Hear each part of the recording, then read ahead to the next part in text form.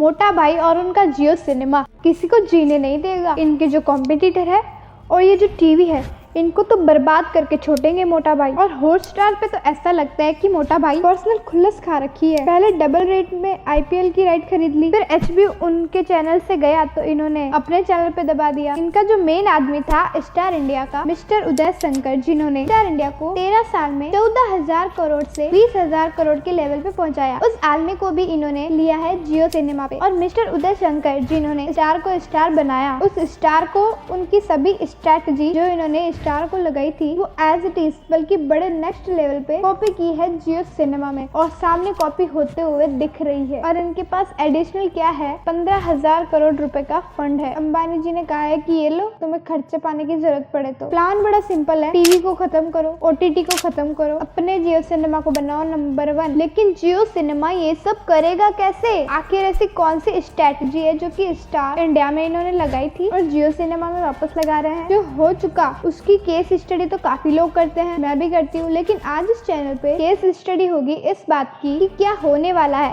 क्या हो सकता है, क्या फ्यूचर स्ट्रेटजी है। क्योंकि चैनल का उद्देश्य ही सिंपल है, बड़े लोगों का गेम आम आदमी को समझा देना कि वो समझ जाए कि अच्छा उस गेम से बचना ऐसे है और इस गेम को हमारे फील्ड में खेलना ऐसे है। हर व्यापारी को सीईओ बनाना, एक ही तो गेम है। तो जनता जन लोगों की जय बोल के करता है वीडियो की शुरुआत। मोटा भाई जो भी करते हैं उस काम में कस्टमर को बड़ा मजा आता है, कंपटीशन का रोना बहुत आता है। ये जियो में हम सब कुछ देख चुके हैं। जैसे ही जियो की एंट्री हुई, हर आदमी को स्टार वैलिडिटी दी थी, अब इंटरनेट भी ज्यादा मिलने लग गया और अब सस्ता भी मिलने लग गया। लेकिन इनके कॉम्पिटिटर एयरटेल को देखो, आइडिया को देखो, वोडाफोन को देखो, क्या शुरू है। अब सेम यही काम होने वाला है जियो सिनेमा में। किसी भी खेल को खेलने से पहले तो एकदम जोरदार खिलाड़ी चुनना होता है, और जियो सिनेमा के इस खेल के लिए मोटा भाई ने चुना है मिस्टर उदय शंकर को। थोड़ा ड्रामा क्रिएट करते हैं भाई। कुछ समय पहले वाईकॉम 18 जो कि मोटा भाई की कंपनी है, ऑलरेडी मीडिया वगैरह चलाते हैं, बहुत सारा काम है जो कि ऑलरेडी वो करते हैं। इनकी जो सीनियर लीडरशिप है, इनको मैसेज आया कि भैया मेकर चैम्बर से नरीमन पॉइंट मुंबई में एक बिल्डिंग है, कॉर्पोरेट टावर है, लेजेंडरी, वहाँ पे अर्जेंट मीटिंग है भैया, सारे के सारे पहुंचो। पूरी सीनियर लीडरशिप वहाँ पहुंची तो वहाँ पे मिले भाई साहब उनको एक आदमी, उनका नाम था आकाश अंबानी, जियो के चेयरमैन। उन्होंने सारी टीम को बैठा के बोला कि देखो जी ऐसा है, हम जिस भी फील्ड को ऑपरेट करते हैं तो हमारा एकमात्र उद्देश्य है नंबर 1 बनना, और अब मुझे दी है जियो की जिम्मेदारी। मैं चाहता हूँ कि जैसे जियो की सिम ने इंटरनेट को हर आखिरी भारतीय तक पहुंचा दिया, वैसे ही जियो सिनेमा एंटरटेनमेंट को हर आखिरी व्यक्ति तक पहुंचा दे। और ये पहुंचाने की जिम्मेदारी हम दे रहे हैं उदय अंकल को। और उदय अंकल कौन थे? उस मीटिंग में बैठे थे। अब पता चला कि भैया वाईकॉम 18 के बोर्ड में उदय शंकर जी आ गए। अब आप पूछोगे कि उदय शंकर है कौन? थोड़ा सा इतिहास बताते हैं। अच्छा, सबसे पहले आप समझो कि वाईकॉम 18 क्या है। वाईकॉम 18 मोटा भाई की कंपनी है जो कि ऑलरेडी 46 चैनल्स चलाती है। कलर्स इनका है, एमटीवी इनका है, TH1 इनका है, कॉमेडी सेंट्रल इनका है, और जो वूट ऐप आता है वो भी इनका है। ये तो ऑलरेडी कर रहे थे, और अब ये तो जियो सिनेमा के साथ में दमदार एंट्री और करने वाले हैं। गेम में तो पहले से ही थे। अब बात करते हैं उदय शंकर जी। उदय शंकर जी मीडिया के एक्सपर्ट है। इनका जो पूरा करियर है वो मीडिया में गया है। इन्होंने सन 2007 में स्टार इंडिया की भागदौड़ संभाली थी। तब उसका ग्रुप का जो टोटल गेम था वो मात्र 1400 करोड़ का था, और जब 2020 में इन्होंने कंपनी छोड़ी तब तक वो हो गया 20,000 करोड़ का। अब वे इतनी बड़ी कंपनी के सक्सेसफुल स्टार है और ऑलरेडी नंबर 1 है, तो उसको छोड़ के नए प्लेयर के साथ क्यों आना? तो उसमें बात ऐसी हुई कि 2007 में जब कंपनी ज्वाइन की थी तो स्टार आता था 21st सेंचुरी फिल्म सेंटर, और वो थी रूपर्ट मर्डॉक की। उनसे उनकी बहुत शानदार बनती थी। उन्होंने इनको खुला हाथ छूट दे रखी थी, जो करना है करो, तुम्हारे हिसाब से करो, तुमको सब अलाउड है। तो वो अपनी मस्ती में जी रहे थे। लेकिन 2018 में कोई फाइनेंशियल स्थिति खराब हो गई रूपर्ट मर्डॉक की। उन्होंने 21st सेंचुरी स्टार की भी पेरेंट कर दी, वो उन्होंने बेच दी अब डिज्नी को। अब डिज्नी ऐसी कंपनी है जो कि हेडक्वार्टर से चलती है। वो कहती है हमारे एग्जीक्यूटिव को बहुत ज्यादा पावर नहीं है, जो कुछ करना है, जो डिसीजन लेना है हमसे पूछो, अमेरिका हेड ऑफ ऑफिस से पूछो, जब बात करो। तो उदय शंकर ने कहा अपने कोई नहीं जस्ता पूछना, अपने को चाहिए खुला खाता। तो 2018 में जब डिज्नी ने खरीदा, 2 साल एडजस्ट किया, 2020 में इन्होंने कंपनी छोड़ के जो पहली कंपनी के ओनर थे रूपर्ट मर्डॉक के ही बेटे जेम्स मर्डॉक के साथ पार्टनरशिप पे कंपनी डाल दी बोधी ट्री वेंचर। अब आप सोच रहे होंगे कि इन्होंने तो खुद की कंपनी डाली, तो अब ये जियो में कैसे आए? नो, जरा गौर फरमाइएगा। ये actually Uday Shankar ji already MDA के खास हैं। एमडीए कौन? मुकेश धीरूभाई अंबानी, इनके क्लोज एसोसिएटेड को इनको एमडीए कहते हैं। मुकेश भाई ने कहा कि भाई बोधी ट्री वेंचर अलग से कंपनी डाल दी, ओनर बन गया, मजा आ गया। करेगा क्या? उस मीडिया के क्षेत्र में ही कुछ करूंगा, क्रांति वांति लाऊंगा। हाँ, तो तू क्रांति वांति लाना, क्रांति हमारे में लाना। उदय शंकर ने कहा कि नहीं भाई साहब, अब तो हम इंटरप्रेन्योर बन गए, अब एम्प्लॉय थोड़े ना है किसी के। तो वो बोले कि तू इंटरप्रेन्योर बने हुए आ जा। ये जो बोधी ट्री वेंचर है, अपने क्या काम करते हैं, जियो सिनेमा में इन्वेस्ट कर लेते हैं मिलके। तो जियो रिलायंस ने कंट्रीब्यूट किए 10,840 करोड़, और जो इनके पास जो इन्वेस्टमेंट था 4,300 करोड़ का इन्होंने डाला एक कंपनी में। उसका 13% शेयर मिलेगा उदय शंकर की कंपनी को। उनका भैया ऐसा है कि जो वाईकॉम 18 है ना, उसमें 13% स्टेक तुम्हारा भी है, अब तुम उसके भी मालिक हो गए। इंटरप्रेन्योर थे, इंटरप्रेन्योर बन गए, अब संभाल लो। तो वाईकॉम 18 में इसके शेयर भी आ गए। अब इसकी नींद गेम है कि भैया अब तो मैं भी मालिक हूँ। ऑलरेडी एक्सपीरियंस तो था ही, और पैसे कितने हो गए दोनों मिला के? 15,000 करोड़ रुपए से भी ज्यादा। अब गेम बचता है बस एक, टीवी को बर्बाद करेंगे, बाकी ओटीटी को बर्बाद करेंगे और नंबर 1 बनेंगे। अब आपको ये समझ में आ गया है कि उदय शंकर जी कौन है, ये क्यों आया है। लेकिन अभी आपको एक बात पता नहीं चली है, ये करेगा क्या? अब जैसे उदय शंकर की जैसे ही एंट्री हुई है जियो सिनेमा में, इन्होंने कहा कि भैया सबसे पहले हमको चाहिए बहुत सारी ऑडियंस, और बहुत सारी ऑडियंस मिलती है आईपीएल से। इन्होंने जब स्टार ज्वाइन किया था तो स्टार में भी इन्होंने यही सजेशन दिया था कि भैया एक काम करो कि आईपीएल के राइट खरीद लो। जैसे ही इन्होंने खरीदा था उसी टाइम हॉटस्टार नंबर 1 हुआ था, सिर्फ इसी कारण से। इन्होंने कहा कि भैया यही स्ट्रेटजी करनी है, अब चाहे भले डबल दाम देने पड़ जाए। इन्होंने तो डिजिटल राइट खरीद के ही मानी। इन्होंने जब आईपीएल खरीदा था, शुरुआत में पैसे नहीं रखे थे, पहला आईपीएल फ्री दिखाया था। 2015 का जो वर्ल्ड कप था वो भी फ्री दिखाया था, जनता लाने के चक्कर में। यहाँ पे आकर इन्होंने क्या कहा कि अब यहाँ पे भी आईपीएल फ्री दिखाएंगे। यहाँ पे फीफा वर्ल्ड कप हुआ था, वो भी फ्री दिखाया। स्टार में इन्होंने क्या किया था, एक्सक्लूसिव डील साइन की थी। एक्सक्लूसिव डील का मतलब होता है कि तुम हमारे साथ ही काम करोगे, कहीं और नहीं जाओगे। तो इन्होंने सलमान खान और अजय देवगन स्टार्स के साथ एक्सक्लूसिव डील साइन की, कुछ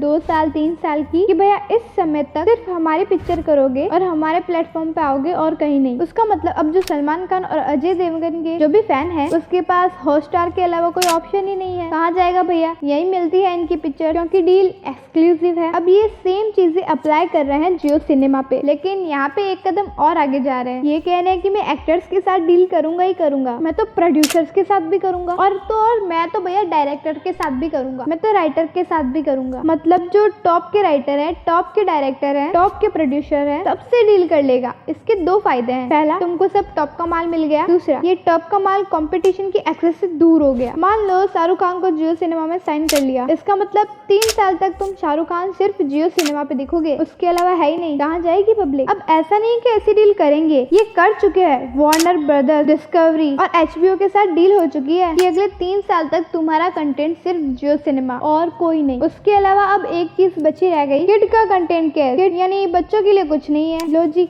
उसको भी लेके आएंगे। तो वो अभी बच्चों के बहुत बड़े कंटेंट के ऊपर काम कर रहे हैं, एनिमी वगैरह और भी बहुत सारी चीजों की चर्चा चल रही है। अब जियो सिनेमा पे किड्स का बहुत बड़ा कंटेंट आएगा। अब जितने भी हिंदी मूवीज, रीजनल मूवीज है और रीजनल सिनेमा, बंगाली, मराठी, ये सब भी फ्री कर रखा है इस समय जियो पे। गेम सिंपल सा है कि भैया फुटबॉल बढ़ानी है, जैसे जियो में फ्री करके क्या बोला, जितने ज्यादा लोग आ सकते हैं जियो पे ले आओ, फिर बाद में देखेंगे।